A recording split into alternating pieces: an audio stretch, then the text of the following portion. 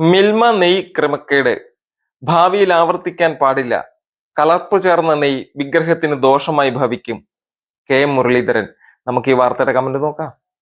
കലർപ്പ് ചേർന്നതൊക്കെ മനുഷ്യൻ കഴിക്കട്ടെ, ശുദ്ധമായതൊക്കെ കല്ലിനും വെള്ളത്തിലും ഒക്കെ ഒഴുക്കട്ടെ, മനുഷ്യന് ദോഷം വന്നാലും വിഗ്രഹങ്ങൾ സുരക്ഷിതമായിരിക്കട്ടെ. പിന്നെ ഈ നെയ്ത്തേങ്ങക്കകത്ത് നിറക്കപ്പെട്ട് വരുന്ന നെയ്യെല്ലാം പത്തര മാറ്റല്ലേ.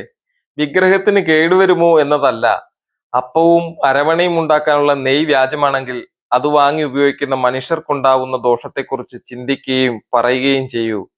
ആരേലും കൊണ്ടുവരുന്നത് നമ്മളും ഇത്തിരി മേടിച്ച് മിണുങ്ങുന്നതാ. അന്ധവിശ്വാസികളും മന്ദബുദ്ധികളും നാടുഭരിക്കും കാലം. വിഗ്രഹത്തിന് എന്ത് പുണ്ണാക്കാടോ. അത് വാങ്ങിക്കേറ്റുന്ന ഭക്തരായ പൊട്ടന്മാരുടെ ആരോഗ്യത്തെക്കുറിച്ച് തനിക്ക് ഒരാശങ്കയും ഇല്ലേ? സാധാരണപ്പെട്ട പാവങ്ങൾക്ക് പെൻഷൻ അനുവദിച്ച ഒരു സർക്കാരിനെ ചോദ്യം ചെയ്ത പിതാവിന്റെ മകനല്ലേ താനും? സ്വാഭാവികം.